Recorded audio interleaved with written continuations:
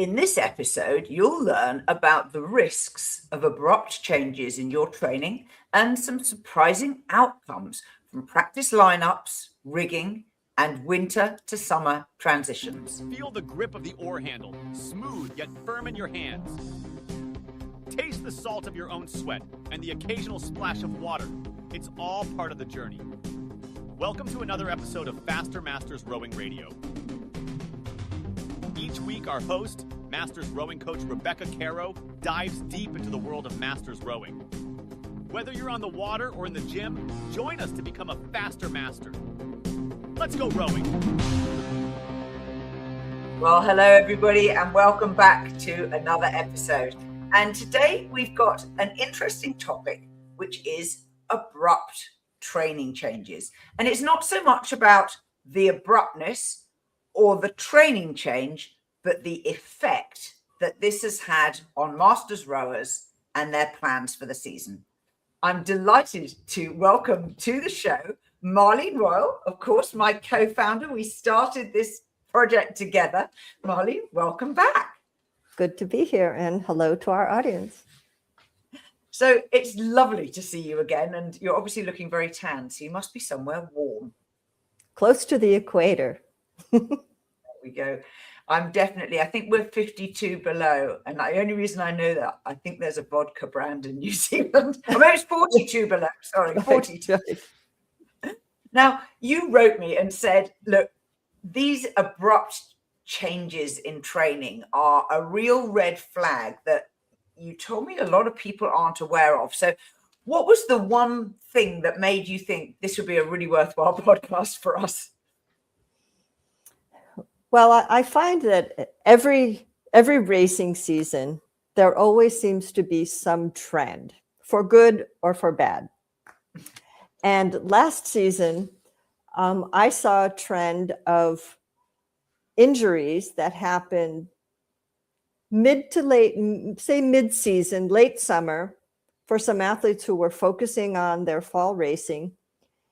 And these circumstances really derailed their entire racing season.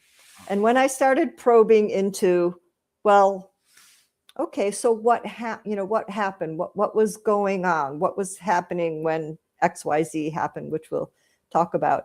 I found that all of these circumstances were the results of making quick changes or getting into unfamiliar boats and doing another coach's training session on top of some hard work that they've already been doing.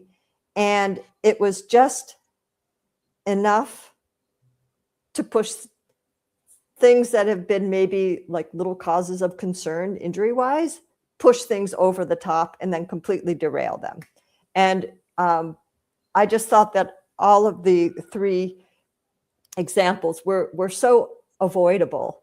And so I think you sent me a message and I thought, oh, well, this since we're approaching, for the North American rowing season anyway, we're approaching the transition of people coming off indoor training and starting to move onto the water. So, this is always, a transition period of time is always a time to be extra careful in training, not so much from the physiological point of view, but from the point of view of letting your muscles and your tendons adapt to different stresses.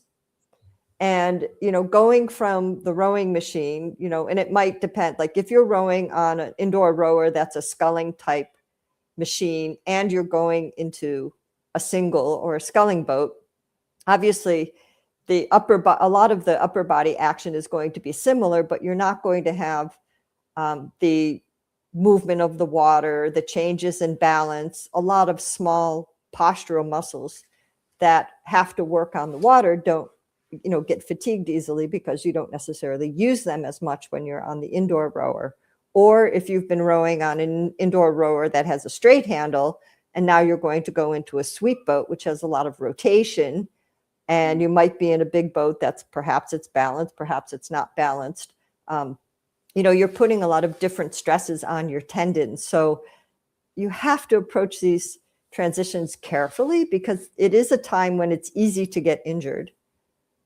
That's for sure. An injury, if I understand you correctly, was the main outcome from all of these different things that happened last season. That was your theme. Yes. So, and all actually related to tendons, tendons or a muscle strain. So, So the first transition you've already mentioned, coming off the indoor rower or tank and coming onto the water. Rule of thumb, I think we always used to say, start at 50% volume and increase 75% a week or 2 weeks later, and then full training volume maybe after 4 weeks. And that, of course, allows for the fact that for some people, the weather isn't conducive. You won't, go straight on the water and be on the water every day at that time of year. Right, because spring weather tends to be, depending on your hemisphere, spring or fall can be windy or choppy or cold. But I also think it's a good mix to maintain some of your indoor rowing when you're transitioning to the water, because also from a fitness point of view, you won't get on the water and work as hard in the boat as you will on the rowing machine. But your time use your time in the water for technique, and don't make those sessions too long. Think of, well, I'm going to row 45 minutes because I can row well for 45 minutes before that muscle fatigue sets in. And then perhaps you can always get on the rowing machine and do a short session the same day, or do a combination, for example, but something that keeps your fitness level up while you're, letting your body adapt to the different motions on the water. So one of the other changes you mentioned was rigging. Now, what rigging changes might people suddenly make?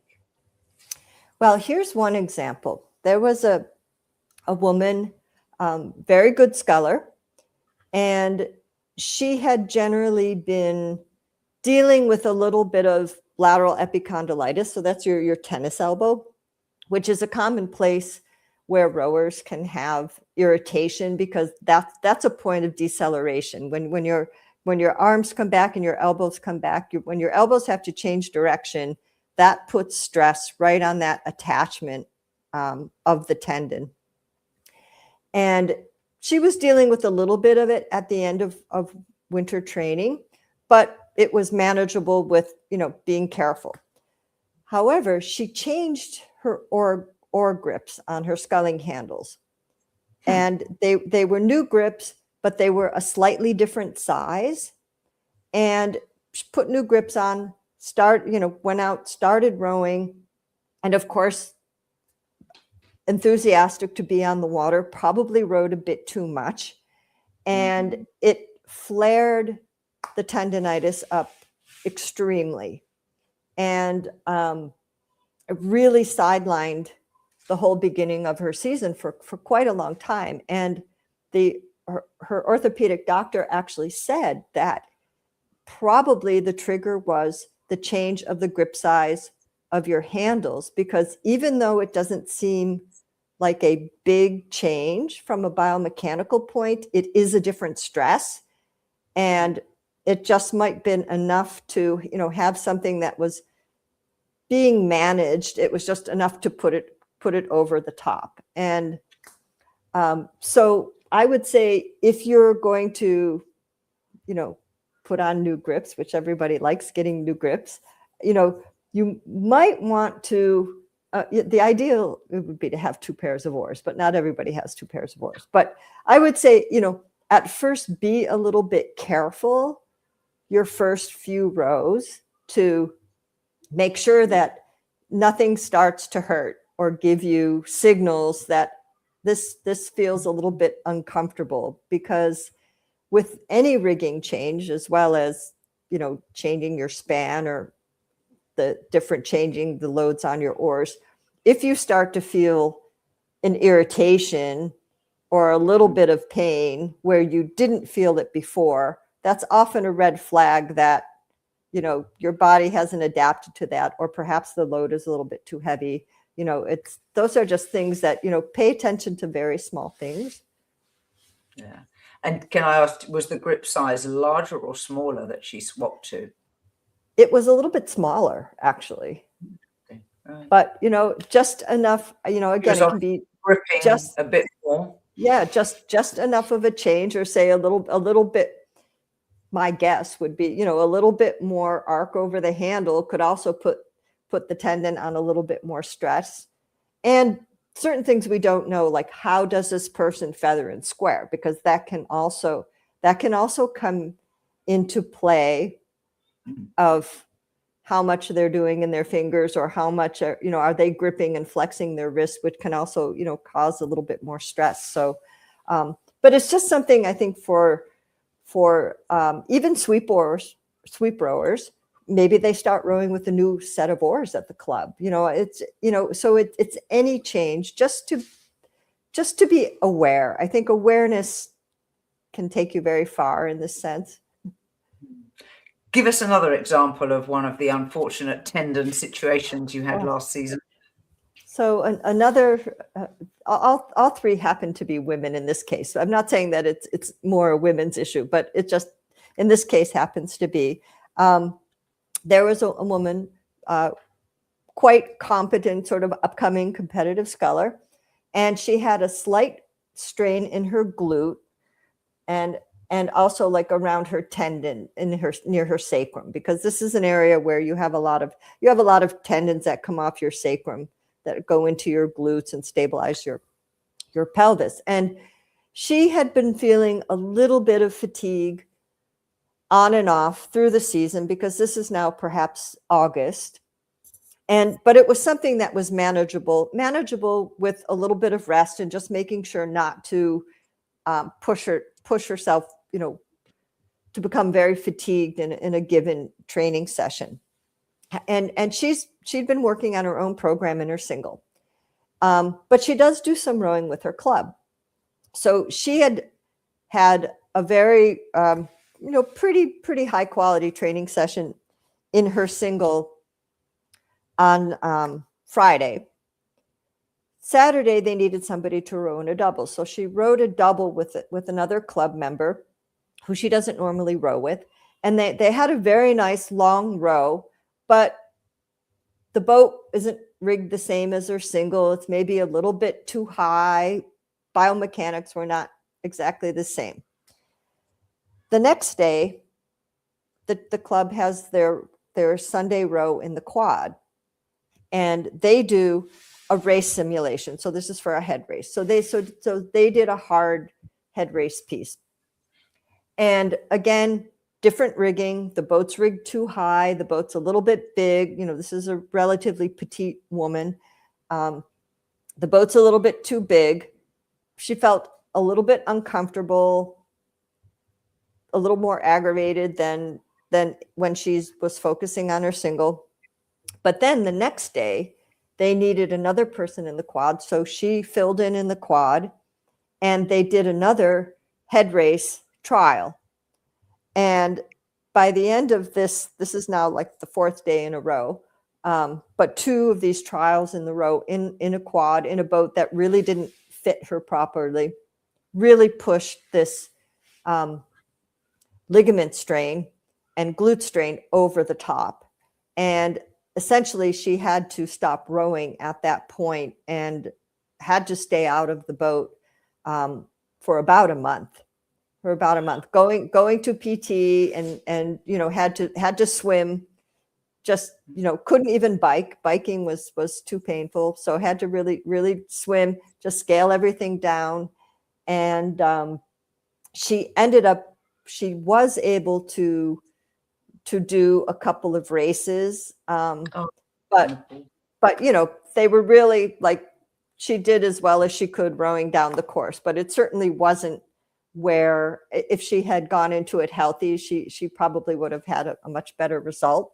So that was just an example of having your own training program where you've got enough work in the week, but then getting pulled into a situation where you really just piled too much on in 3 or 4 days. And if you're dealing with some kind of a slight injury or something that you're paying attention to, that was just enough to put it over the top.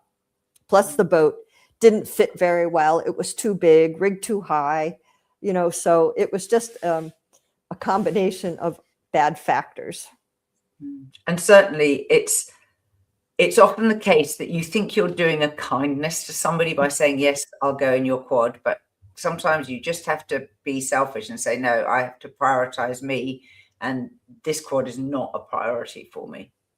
Yeah, and that's very difficult to do oftentimes in a club situation, especially if you do mix in with some of the boats sometimes. So I can appreciate the position, but I think the message is really listen to your body. Yes, and common sense. Listen if you really feel like you've been at the limit, and think, well, okay, I can maybe I can make it through one more practice. Well, that practice might be the last practice for a while. So I think it's and for masters, everything takes much longer to heal. Yep. So, a soft tissue injury at best for an average person takes 6 to 8 weeks to heal at best. So, if you start looking at missing all that time in your season, which you're, looking forward to all year, that can be a real drag, I think. Absolutely. And of course, common sense isn't very common. Marlene, yeah. Go on. Oh, I was going to say the other example, shorter explanation, but a similar condition, Masters women rower. She trains with a regular doubles partner. They've rowed together for many, many years. So they have their own boat. They know each other. They train together. They race together. And they started to want to go to a neighboring club so that they had some other people to row with, because they essentially train by themselves. And they visited a nearby club, and again, the same thing. They got into a quad. The coach gave them, it was a relatively hard session. It wasn't just a steady state row. And they hadn't ever rowed in this combination, and they were in a different boat. And again, different rigging from what you're very much accustomed to of rowing in your own boat, which was very precisely rigged for them.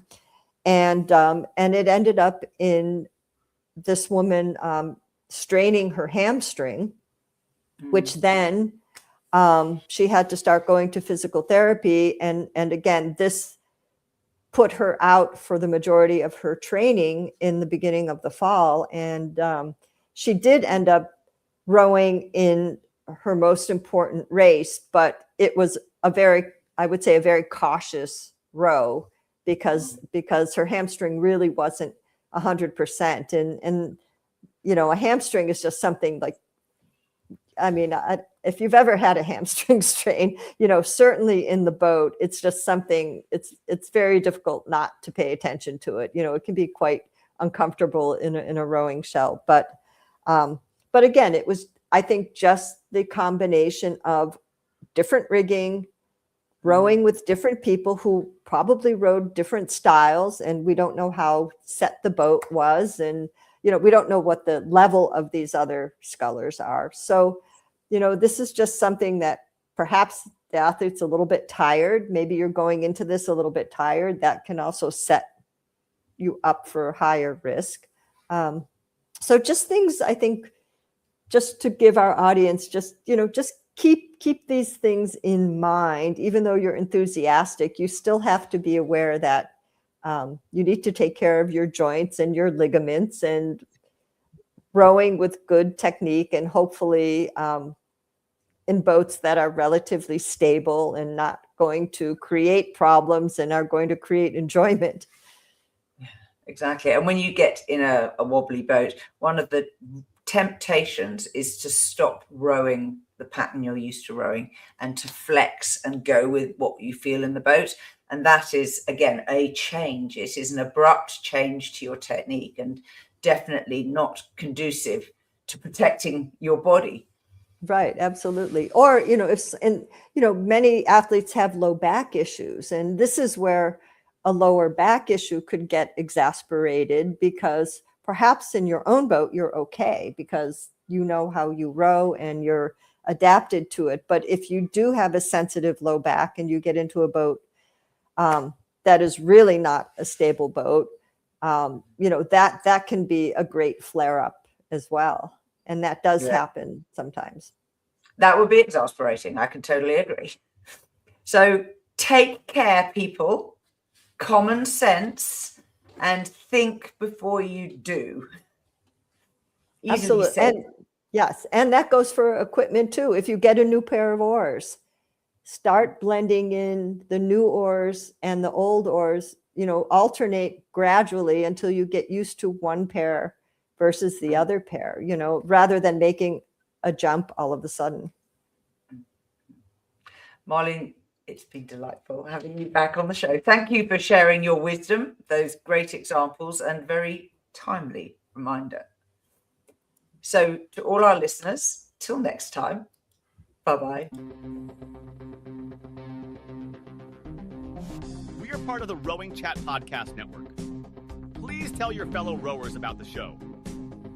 If you've learned just one helpful thing from today's episode, please consider supporting the show for as little as $1 per month by visiting fastermastersrowing.com/podcast.